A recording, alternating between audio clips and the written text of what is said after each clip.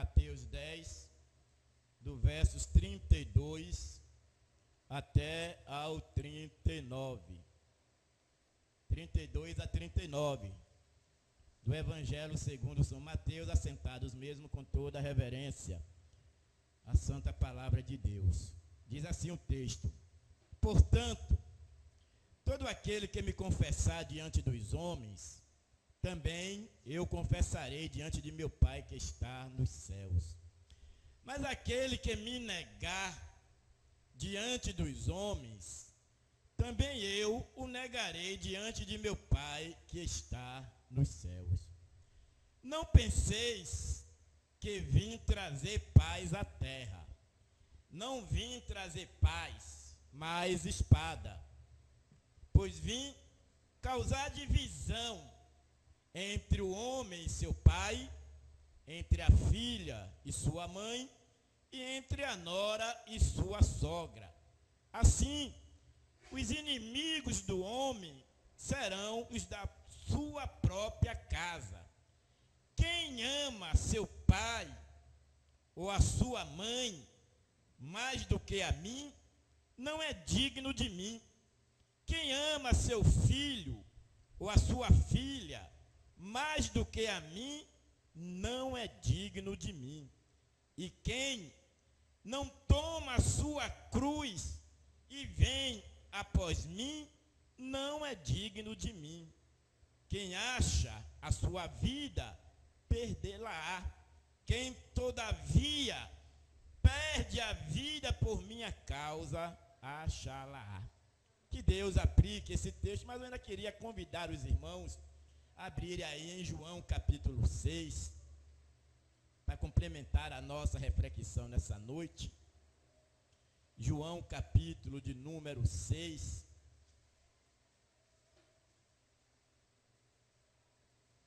Desculpe, é capítulo 6 mesmo. Capítulo 6, o versículo 60 do texto, nos diz o seguinte: muitos dos seus discípulos, tendo ouvido tais palavras, disseram: duro é este discurso, quem o pode ouvir? E o versículo 66 do texto, desse mesmo texto, diz assim: à vista disso, muitos dos seus discípulos o abandonaram e já não andavam com ele. Então, baseado nesses dois textos da palavra do Senhor nosso Deus, nós vamos refletir nessa noite a respeito do preço do discipulado. Texto bastante propício para nós fazermos essa reflexão. Nós sabemos, querido, que todo crente verdadeiro é um discípulo de Cristo. Todo crente verdadeiro é um discípulo de Cristo. Quando Cristo deu a grande comissão, texto bastante conhecido de Mateus 28, 19 e 20, era para que seus discípulos fossem por todo o mundo, pregassem o Evangelho, a palavra de Deus, fizessem discípulos, os batizassem em nome do Pai, do Filho e do Espírito Santo, e os ensinasse a observar todas as coisas que o Senhor Jesus Cristo tinha mandado, tinha ensinado, tinha praticado através da sua vida, aqueles 3 anos que ele andou com seus discípulos. E aí Jesus diz: e eis que vocês fazendo tudo isso, eu vou estar com vocês até a consumação dos séculos. Em todo tempo, em todo momento, eu estarei com vocês. Desde quando vocês façam isto que eu vos ensinei. Vocês saiam, façam discípulos de todas as nações, batidos, ensines, os induzam a guardar as coisas que eu tenho ordenado, e pode ter a certeza que vocês terão a segurança, a garantia da minha presença. Em todo tempo, em todo instante, eu estarei com vocês. A palavra discípulo, ela é a mesma coisa de ser cristão, como crente. Quando nós falamos de discípulos, estamos falando de crente, estamos falando de cristãos. É o mesmo sentido. Nós encontramos, por exemplo, em Atos 11, 26, essa citação. E tendo-o achado, o levou para Antioquia. E durante o ano inteiro reuniram-se naquela igreja e instruíram muita gente em Antioquia. Os discípulos, pela primeira vez, foram chamados cristãos, né? Então, cristão, discípulo, crente, é o mesmo significado. Sabemos que o discípulo é o aprendiz, é o aluno, é aquele que aprende com o seu mestre os ensinamentos, as artes, para poder colocar em prática e também ser bem-sucedido. Quando Jesus chamou seus discípulos e os instruiu claramente sobre o custo de segui-lo, Jesus deixou bem claro que há um custo para aqueles que desejam segui-lo como seus discípulos. Jesus não aceita coração divididos, dúbios, sabe? Jesus quer pessoas comprometidas com Ele para todas as circunstâncias. Nós temos um exemplo de um jovem, hoje é culto jovem, né? Culto de UMP, e nós temos um texto na Bíblia que fala do jovem, só que era um jovem rico, né? Um jovem bem-sucedido, e ele tinha interesses a respeito da vida eterna, de salvação, dessas coisas espirituais, mas ele era também uma pessoa muito bem-sucedida financeiramente. E ele teve um encontro com o Senhor Jesus Cristo, e Jesus disse para ele o que seria preciso ele fazer para tomar posse da vida eterna. E nós sabemos que o texto nos revela que ele ficou muito triste quando Jesus disse essas palavras para ele, porque ele analisou se valia a pena, né, abrir mão de toda a sua riqueza para seguir a Jesus. E ele fez a opção de não seguir. Ele preferiu continuar com seus bens materiais, imaginando que ele ia eternamente ter a posse daqueles bens. E nós sabemos que não é por aí. Então Jesus não quer ter como discípulos alguém com coração dividido, porque a própria palavra diz: não podeis servir a dois senhores. Não tem como querer servir a Jesus e querer servir as riquezas, ao mundo e outras coisas mais. Sabe? Então Jesus, ele convida pessoas decididas, pessoas determinadas, pessoas com convicções fortes de que sabe o que quer. Não são pessoas que ficam para um lado e para o outro.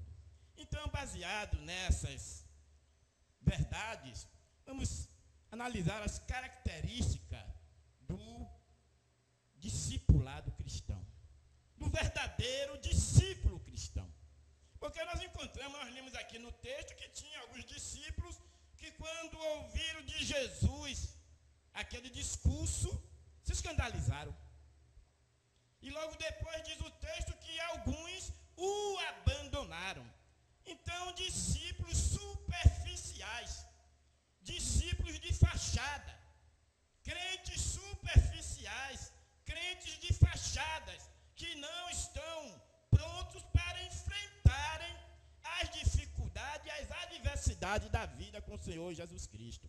Então, o Senhor Jesus Cristo, ele vai, através da sua palavra, as Escrituras Sagradas, vai nos revelar o preço do discipulado e quais as características do verdadeiro discípulo de Cristo. Se vocês puderem continuar com Mateus 10, aí o texto da palavra aberto, nós vemos já aí no versículo 32 e 33, a primeira característica.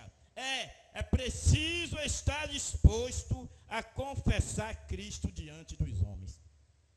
Primeira característica de um verdadeiro discípulo, nós encontramos aqui nessa citação: portanto, todo aquele que me confessar diante dos homens, isso é Jesus dizendo, também eu o confessarei diante de meu Pai que está nos céus. Mas qualquer que me negar diante dos homens, também eu, Jesus dizendo, o negarei diante de meu Pai que está nos céus. Então nós encontramos aqui essa primeira característica. O verdadeiro discípulo do Senhor Jesus Cristo, ele não é covarde, ele não é tímido, ele não é medroso em relação a confessar, a assumir o seu comprometimento com o Senhor Jesus. Ele não é um tipo de crente como um agente secreto que ninguém conhece a sua identidade. O verdadeiro discípulo de Cristo é alguém que veste a camisa de Cristo. É alguém que procura se identificar com Cristo. É pessoas que procuram ter o mesmo sentimento, ter a mente de Cristo, andar como Cristo andou. Jesus foi bem claro quando ele disse, olha, pelos seus frutos o conhecereis. Não é muito difícil conhecer, entender quem é e quem não é. É só ter capacidade de observar, de analisar, de examinar, e não vamos ter dificuldade de percebermos quem é e quem não é, nesse contexto, um verdadeiro discípulo de Cristo. Confessar diante dos homens. A palavra confessar, ela tem o sentido de afirmar, de reconhecer, de concordar. Trata-se de uma declaração de identificação. Quando eu confesso com meus lábios, eu estou afirmando, eu estou reconhecendo aquilo que eu estou confessando, eu estou concordando e também estou me identificando com aquilo que é objeto da minha confissão. É uma declaração de fé, também de confiança, de responsabilidade. Significa que mesmo em circunstância contrária, adversas, eu não deixarei de confessar. Como nós costumamos dizer, te louvarei, Senhor, não importa as circunstâncias. Não é isso que nós afirmamos no louvor? Te louvarei, Senhor. Louvar ao Senhor é confessá-lo, independente das circunstâncias, se são positivas, se são negativas, se você está empregado ou está desempregado, se você está com saúde ou se está enfermo, se o seu lar está em paz ou está em conflito, independente das circunstâncias, te louvarei, Senhor, te confessarei, Senhor. Confessar é ter essa atitude, independente das circunstâncias, nós mantermos a nossa confissão, o nosso compromisso, aquilo que realmente nós reconhecemos, que nós concordamos, naquilo que verdadeiramente nós nos identificamos. Você se identifica com Cristo? Você concorda com Cristo? Então você vai confessar a Cristo. Isso é confessar. Jamais teremos receio de afirmar que Cristo é o Senhor. Dizer de nossa fé nele, como Paulo escreveu, porque não me envergonho do Evangelho, pois é poder de Deus para todo aquele que nele crê.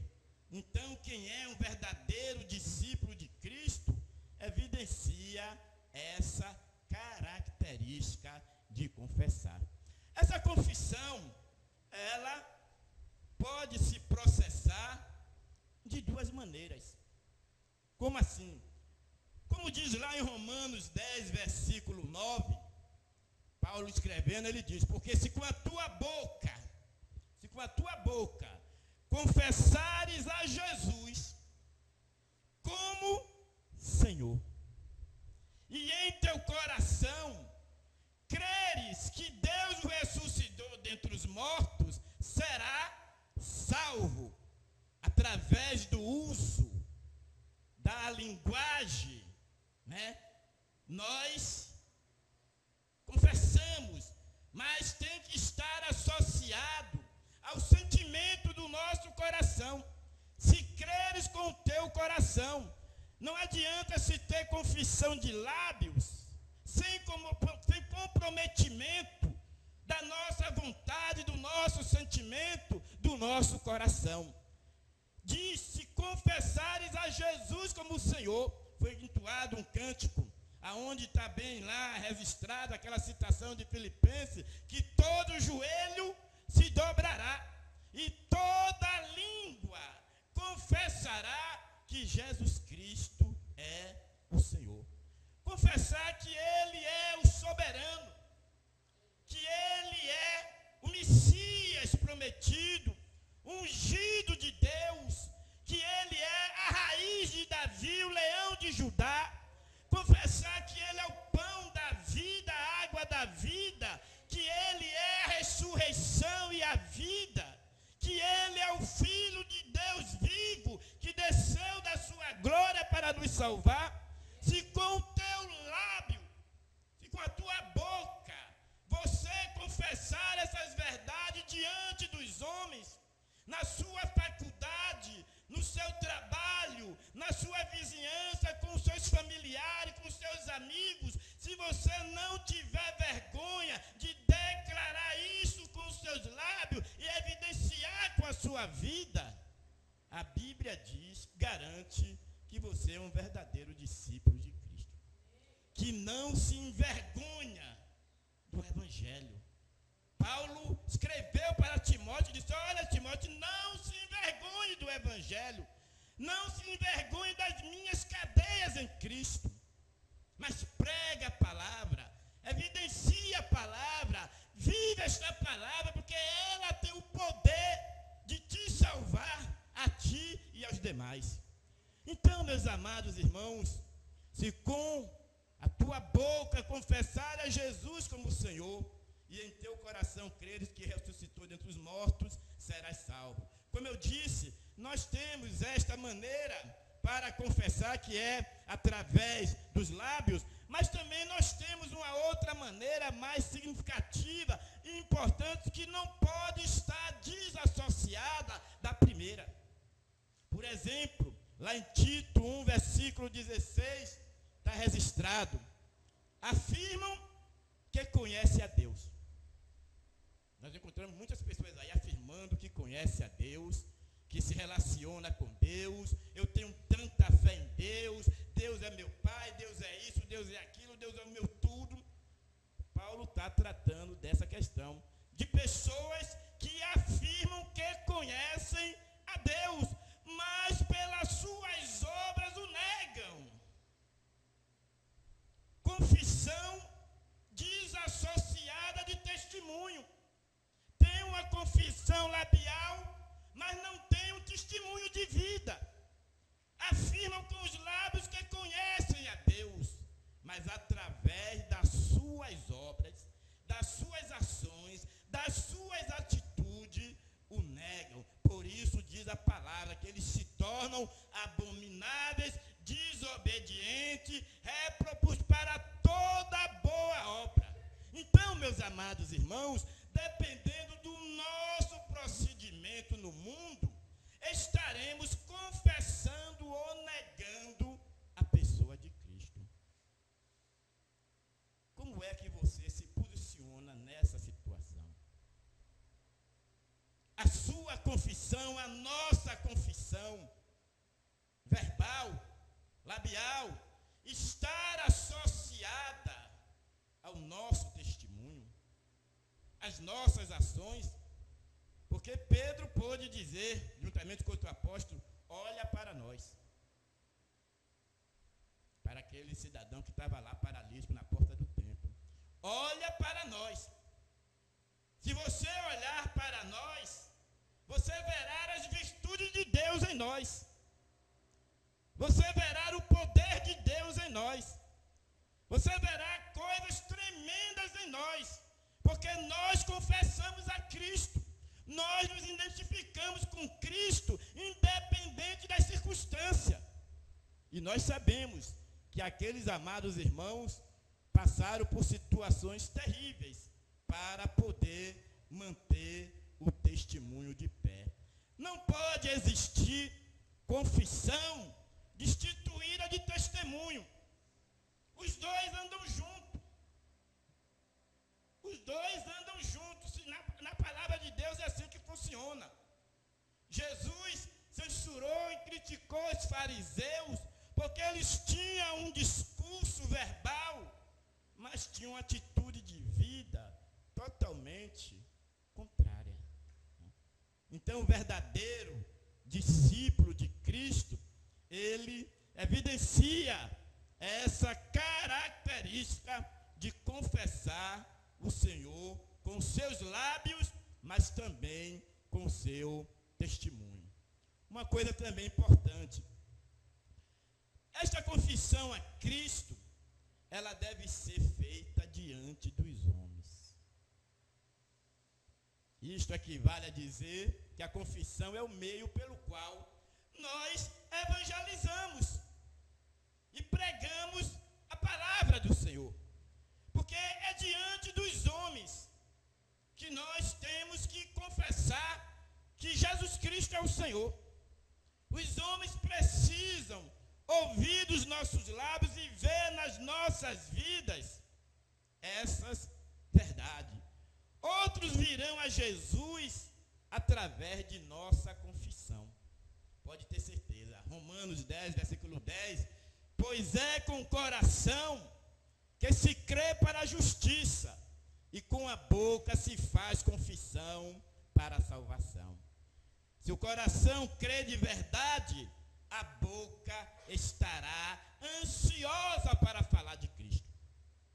Porque diz que a boca fala do que o coração está cheio, né? Se o coração estiver cheio de Cristo, da confiança, da segurança, do conhecimento, da revelação divina, a boca vai proferir essas palavras gloriosas. Veja o que João nos diz, 1 João, capítulo 1, versículo 1 e 2, ele diz: o que era desde o princípio, o que ouvimos, o que vimos com os nossos olhos, o que contemplamos e as nossas mãos apalparam a respeito do verbo da vida. Pois a vida foi manifestada e nós a temos visto, e dela testificamos e vos anunciamos a vida eterna, que estava com o Pai e nos foi manifestada. Então João, ele diz que anunciava e testificava a respeito dessa vida, que é Cristo. Ele confessava Jesus diante dos homens. Olha o que eu vi, o que eu ouvi, o que eu pude perceber, entender, compreender, o relacionamento íntimo que eu tive com o Senhor. Isso eu declaro para vocês. Ele é a vida de Deus que foi manifestada a nós, que veio para trazer a salvação a nós. Então, a verdadeira característica, uma das verdadeiras características do verdadeiro crente na pessoa do Senhor Jesus Cristo é que ele confessa a Jesus com seus lábios e também com as suas vidas. Esta confissão também, queridos, tem um peso relevante para nós. Porque é através dessa confissão que vai ser determinada a confissão que Jesus fará. Baseado nessa nossa confissão, no último dia do juízo final, o Senhor Jesus vai dizer: portanto, aquele que me confessar diante dos homens, eu também o confessarei diante de meu Pai que está nos céus. Cristo certamente dirá: este me pertence. Esse aí eu honro. Esse me honrou lá no mundo, sabe? esse não teve vergonha de mim, esse assumiu um compromisso comigo, esse andou dentro dos meus mandamentos, das minhas orientações, esse me glorificou. E como ele não me negou lá naquele mundo cheio de pecadores, de demônio, de gente perversa, naquele mundo tenebroso, eu aqui na glória vou honrá-lo pela lealdade, fidelidade que eles manifestaram em relação comigo. Este pertence a mim. Ele confirmará a sua lealdade para com aqueles que forem leais para com ele. Mas, porém, tem o outro lado, que é o versículo 33. Mas qualquer que me negar diante dos homens, também eu o negarei diante de meu Pai que está nos céus. Aqueles que o negam, o rejeitam e dele blasfema, certamente sofrerão a justa punição, que é a eternidade sem Deus. Como você se encontra diante dessas verdades? Verdadeiramente, eu, você, nós, somos discípulos de Cristo? Responda isso para você e com sinceridade diante de Deus, né?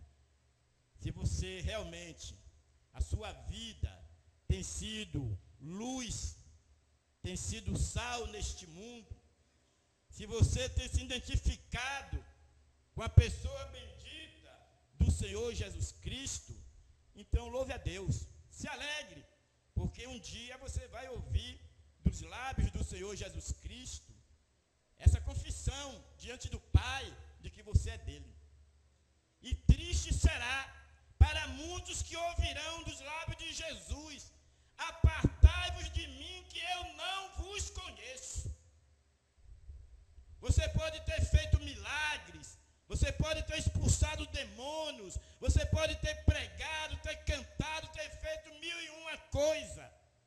Mas se você verdadeiramente não assumiu essa identidade, esse compromisso com a pessoa do Senhor Jesus Cristo, se você não o confessou visando a glória dele, mas simplesmente viveu uma vida cristã, uma vida religiosa para se promover, para atrair glória para você mesmo, naquele dia, muitos ouvirão dos lábios de Jesus: apartai-vos de mim, porque eu não vos conheço. Mas, Senhor, em teu nome, Senhor, fizemos milagres, profetizamos, expulsamos demônios. Mas se você tem confessado, então descanse, que você vai ouvir: vinde bendito, diz meu Pai, possuí por herança o reino que está preparado para vós desde a fundação do mundo. Então Jesus confessa diante de Deus aquele que os confessa aqui diante dos homens. Se você não tem confessado Jesus diante dos homens, não espere que ele vai te confessar diante de Deus. Não se engane. Evangelho é coisa séria, não é brincadeira. A palavra de Deus é fiel e verdadeira. Ela não passa vazia. Ela tem um objetivo quando ela é ministrada, que é nos corrigir, que é nos abençoar, que é nos mostrar a direção correta para nós andarmos com o Senhor.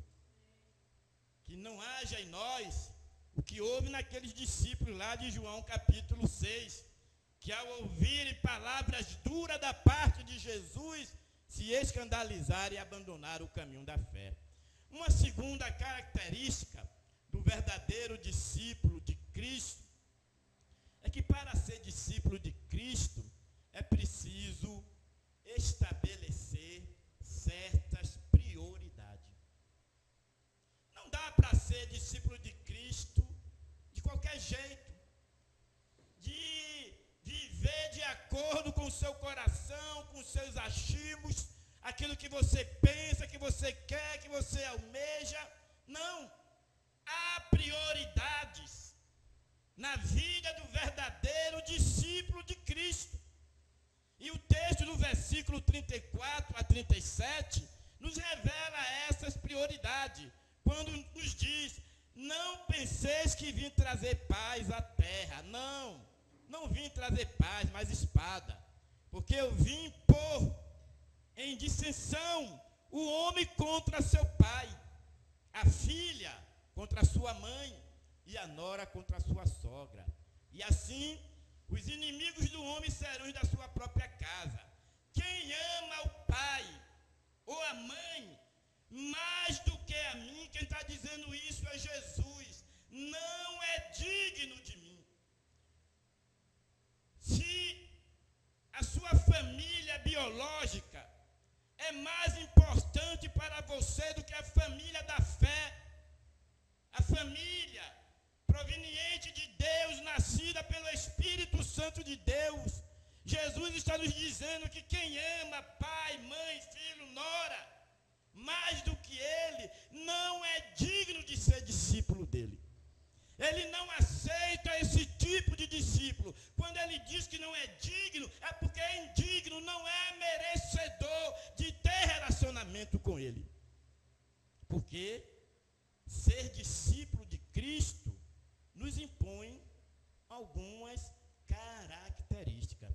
E nós sabemos perfeitamente, por várias citações bíblicas, quais são essas características. Essa segunda marca do verdadeiro discipulado de Cristo é que ele ama Cristo mais do que a sua própria família. Qual é o primeiro mandamento, igreja?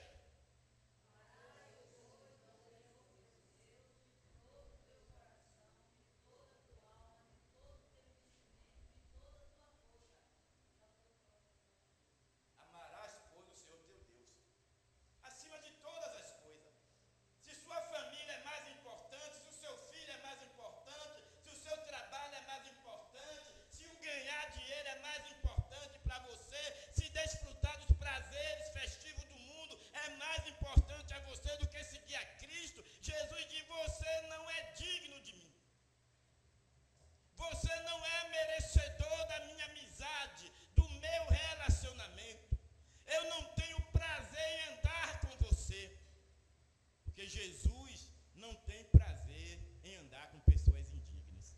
Então, meus amados irmãos, é enfático. Isto quer dizer que se for preciso negar a um pai terrestre, é muito melhor do que você negar a Deus, né? Se você tiver que negar a um irmão terrestre, é muito melhor do que a Cristo, que é o irmão celeste, né? Então, se você valorizar mais a Cristo, é como diz, buscar primeiro o reino de Deus e a sua justiça. Então, essa segunda característica nos impõe essa prioridade. Se você quer ver um texto mais profundo, veja o que diz Lucas 14, 26. Veja o que está registrado em Lucas 14, 26. Diz assim: se alguém vier a mim, isso é Jesus dizendo, se alguém vier a mim e não aborrecer a pai e mãe, a mulher e filhos, a irmãos e irmãs, e ainda também a própria vida, não pode ser meu discípulo. Lucas 14, 26. Bem claro, né? Bem enfático, bem explícito, a respeito de prioridade. Se você quer ser discípulo de Cristo, é preciso colocar Cristo em primeiro plano. Porque Cristo é o nosso Salvador, é o nosso Senhor, é o que nos leva a Deus, é o que nos alimenta espiritualmente, é o que nos dá vida eterna, é o que perdoa os nossos pecados. Porque eu vou priorizar meu pai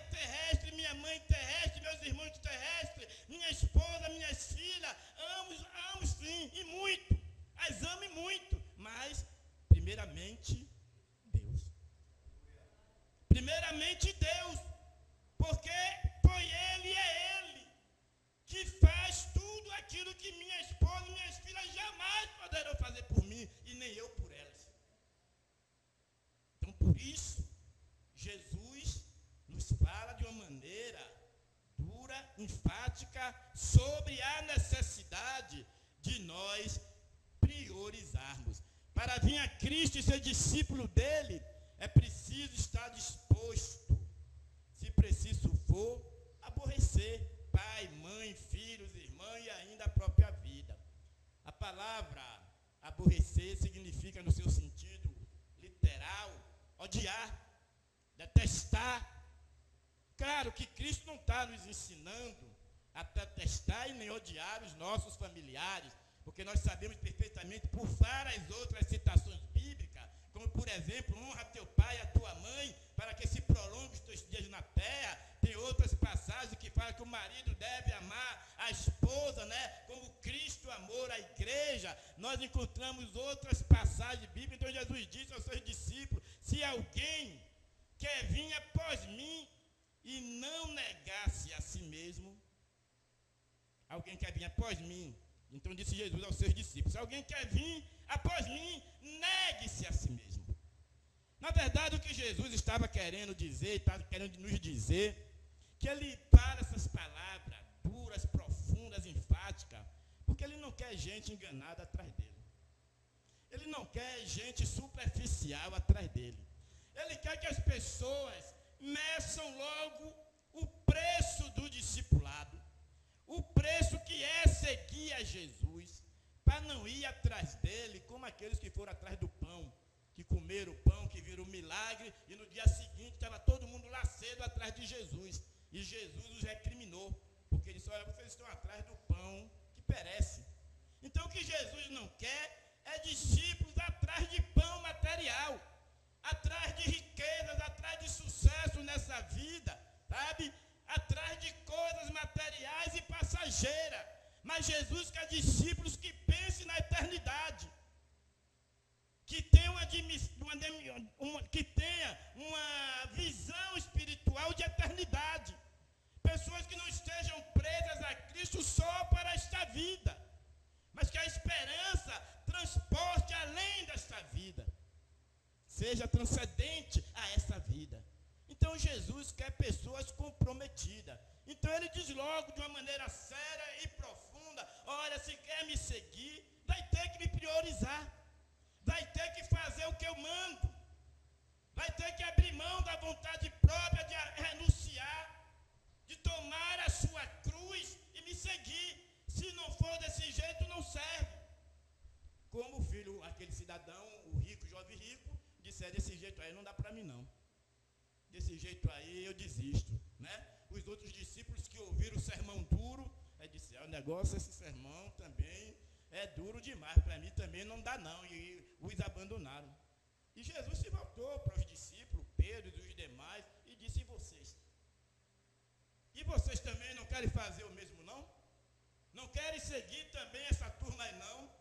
E aí Pedro fez aquela confissão bastante conhecida: para onde iremos nós? Senhor, para onde iremos nós, se só tu tem palavra de vida eterna? Para onde você vai se não for seguindo Jesus? Porque só Jesus tem vida eterna.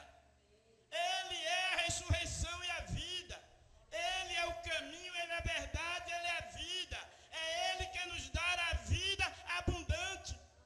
Pedro e os demais reconheceram: não tem outra opção, não tem outro caminho, porque ninguém tem, filósofo não tem palavra de vida eterna. O governo romano não tem palavra de vida eterna. O judaísmo não tem palavra de vida eterna. Quem tem essas palavras é o Senhor. E ele mesmo disse: as minhas palavras são espírito e vida. Então, queridos, seguir a Jesus requer que haja um estabelecimento de prioridade. Priorizar Cristo, priorizar o reino, priorizar a palavra de Deus, priorizar a oração, priorizar a santidade. É preciso prioridade, porque se não for desse jeito, Jesus não aceita. E aí vamos ter dezenas, centenas, milhares de pessoas se enganando a si mesmo, se achando discípulos, seguidores de Cristo, sem na verdade o serem. É isso?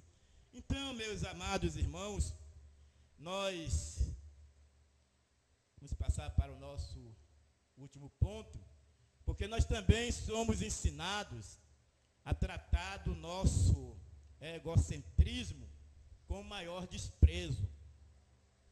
Tudo isso tem a ver com renúncia. Jesus, Paulo, seguidor de Cristo, ele disse: antes, subjugo o meu corpo e o reduzo à submissão, para que depois de pregar a outros, eu mesmo não venha ficar reprovado. Né? Subjugar o corpo, né? Mortificar as obras da carne e do corpo, diminuir, importa que eu desça, João disse, para que ele cresça, importa que eu desapareça, para que Jesus realmente sobressaia na minha vida, que possa acontecer, como disse Paulo, já não vivo eu, o meu eu já foi, agora é Cristo que vive em mim. Então isso é priorizar. Já morri para o mundo. A vida que eu vivo agora, eu vivo pela fé na pessoa do Senhor Jesus Cristo, que me salvou e que me amou. Porque Cristo, meus amados irmãos, ele usa essa linguagem pesada, porque eu acabei de dizer, para não atrair pessoas que não queiram realmente se comprometer. Pessoas que querem viver uma religiosidade superficial. Pessoas que não querem vestir a camisa, que não estão dispostas a sofrer e a padecer pela causa de Cristo. Pessoas que querem simplesmente viverem de aparência. Aquela coisa, parece, mas não é, parece ser, mas não é. Então Jesus não tem prazer em ter pessoas desse jeito. Ele diz claramente: ó, meu filho, se você não produzir fruto, você está na videira para produzir fruto. Se você não produzir, eu vou cortar. Eu vou cortar, não vou permitir que você fique ocupando espaço, sem dar produtividade, porque vocês foram chamados para produzir frutos. Em mim, vocês vão produzir frutos de uma maneira abundante. Então Jesus não quer ociosidade na vida dos seus discípulos. O verdadeiro discípulo de Cristo não tem como viver ocioso num mundo tenebroso como esse. Ele tem que ter vida de oração. Ele tem que ter vida de vigilância. Ele tem que ter vida buscando a prioridade da santidade. Ele tem que a cada dia estar matando um leão nesse mundo, meu querido. Porque viver com Jesus é saber que Satanás está nos nossos calcanhares, esperando qualquer vacilo, qualquer oportunidade para fazer estrago nas nossas vidas. Então viver com Jesus é viver constantemente em vigilância, em oração. Vigiai para que não entreis em tentação. Então, o verdadeiro discípulo, ele tem essa característica de priorizar essas coisas. Ele gosta de orar, ele gosta de jejuar, ele gosta de evangelizar, de falar de Jesus, ele gosta de buscar a santidade de vida, ele gosta da comunhão no meio da igreja, do momento de adoração, de louvor. Ele não troca a casa do Senhor por nada. Como disse o salmista, que um dia na casa do Senhor é mais importante do que 1000 em qualquer outro lugar. O verdadeiro discípulo de Cristo, ele ama a casa do Senhor, a palavra do Senhor, o prazer dele está nas coisas celestiais.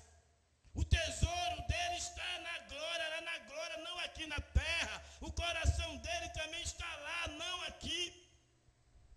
Porque ele se identifica com o seu Senhor. Pai, chegou a orar, já foi. Então vamos fechar o último ponto.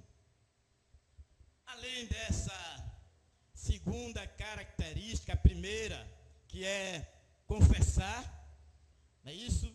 A segunda, que é estabelecer prioridade. E essa terceira e última característica do verdadeiro discípulo de Jesus é que ele está disposto a carregar a cruz. O versículo 38 do texto diz: e quem não toma a sua cruz e não segue após mim, não é digno de mim. Eu sempre costumo dizer que a cruz tem um paradoxo, né? Ela tem um paradoxo muito profundo. Porque ao mesmo tempo que ela é um instrumento de morte, de sofrimento, de renúncia, porque tomar a cruz implica em perder a própria vida. Significa estar disposto a morrer da mesma maneira que Cristo foi fiel a Deus a ponto de morrer. Seus discípulos também precisam estar dispostos a morrer, se necessário for, entregando a vida em sacrifício agradável a Deus. Nós somos chamados, se for preciso, morrer pela causa do Evangelho, pela causa de Cristo. O suplício da cruz, o sacrifício da cruz, o suplício da cruz era um dos meios romanos de pena de morte e usado para os piores criminosos. Para você ter uma ideia, um cidadão romano não era permitido morrer crucificado. Era morte para os piores criminosos. E Cristo foi considerado um criminoso, segundo o sistema romano e judaico, ao ponto que levou ele morrer daquela maneira. Sabe?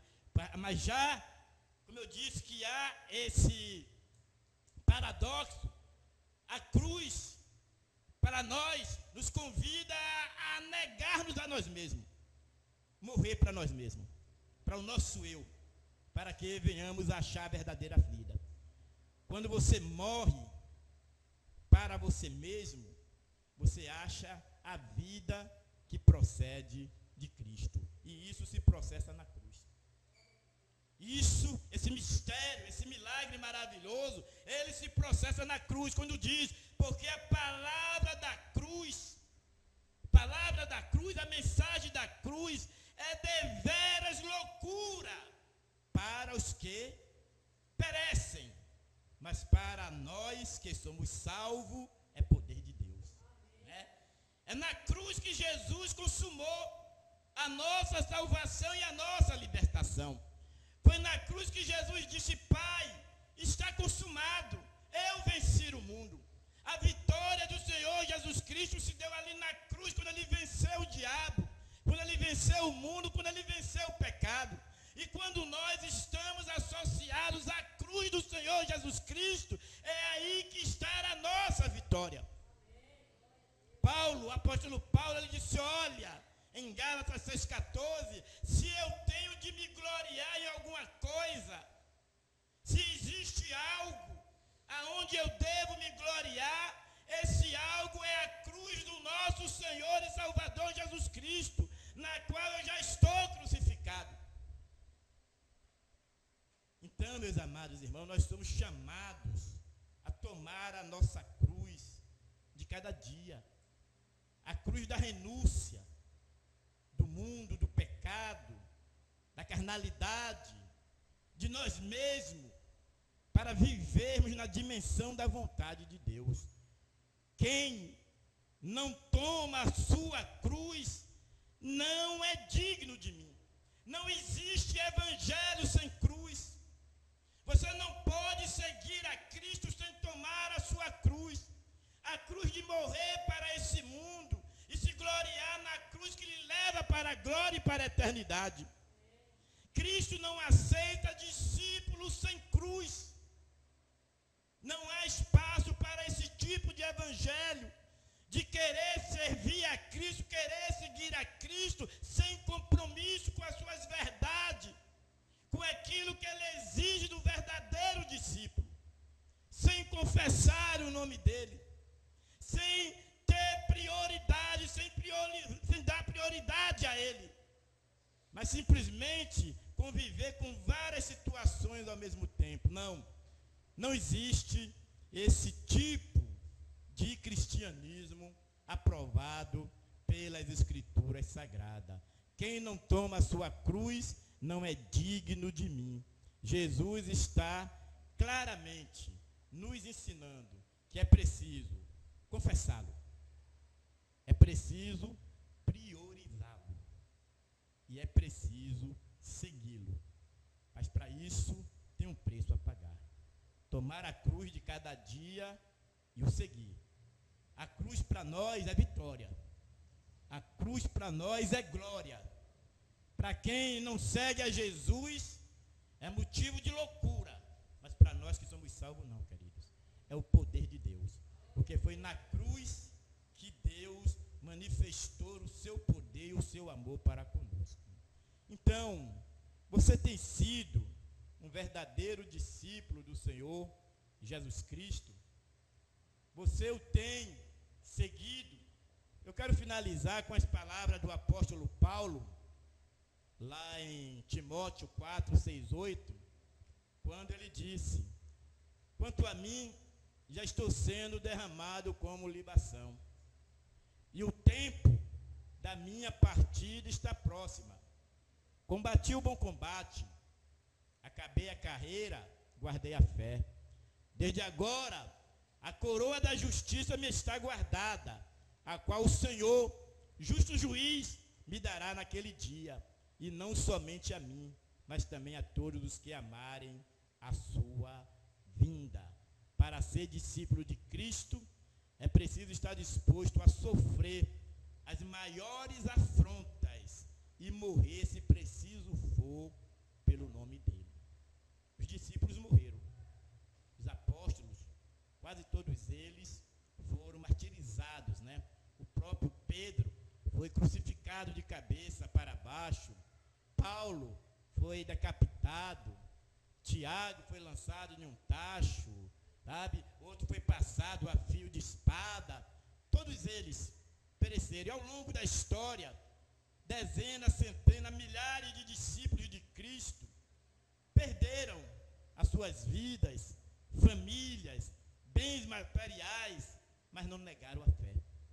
Policarpo é um exemplo de 85 anos, que conheceu a Cristo ainda na sua juventude e mocidade, e já no final da sua vida foi preso, e lhe foi dada a oportunidade de ele ser liberto daquela situação, de ele não perder a sua vida, mas para tanto, ele só precisaria negar a Cristo.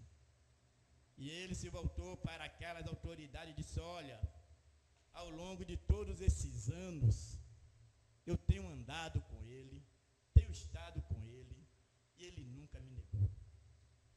Ele nunca me abandonou. Porque agora, no final da minha jornada, eu faria isso? De maneira nenhuma. Eu continuo declarando a minha fé no Senhor Jesus Cristo. E foi levado à morte. Mas não negou a sua fé em Cristo. O preço do discipulado é alto. Todos que quiserem seguir a Cristo, terão que estar dispostos a pagar o preço. Caso contrário, jamais serão verdadeiros discípulos. Não há lugar no reino de Deus para aqueles que não assumem o compromisso de confessar a Cristo diante dos homens, que não renuncia a tudo quanto tem e que não estejam dispostos, se preciso for, morrer pela causa de Cristo. Eu e você, mais uma vez, nós somos verdadeiramente discípulos de Cristo? Pense nisso, que Ele mesmo nos abençoe. Amém.